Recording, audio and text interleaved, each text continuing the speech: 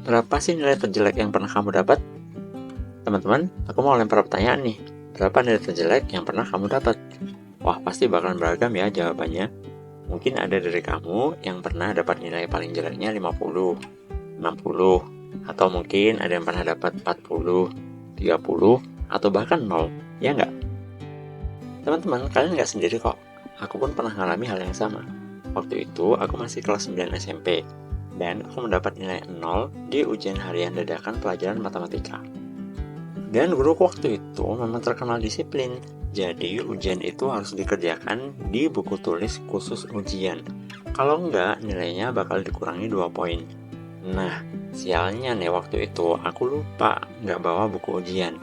Jadi nilaiku udah 0, masih dikurangi 2 poin pula. Jadilah nilai terendah yang pernah aku dapat dalam hidupku bukan 0, tapi malah -2. Bahkan nilai-nilai ujian berikutnya juga nggak bagus-bagus amat tuh di pelajaran matematika.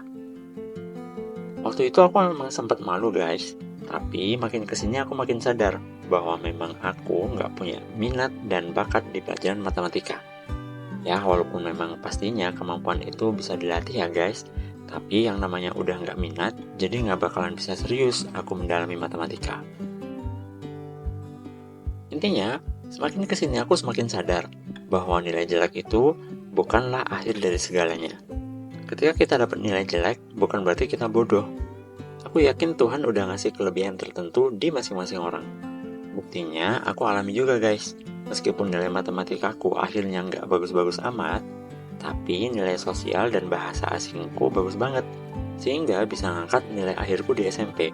Dan aku bisa lulus dengan peringkat 30-an tuh dari 300-an siswa di sekolahku.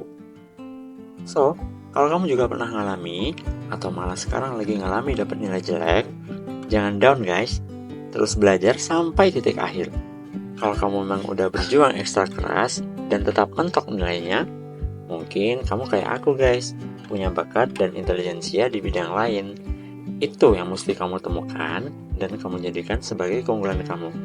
So, jangan nyerah ya.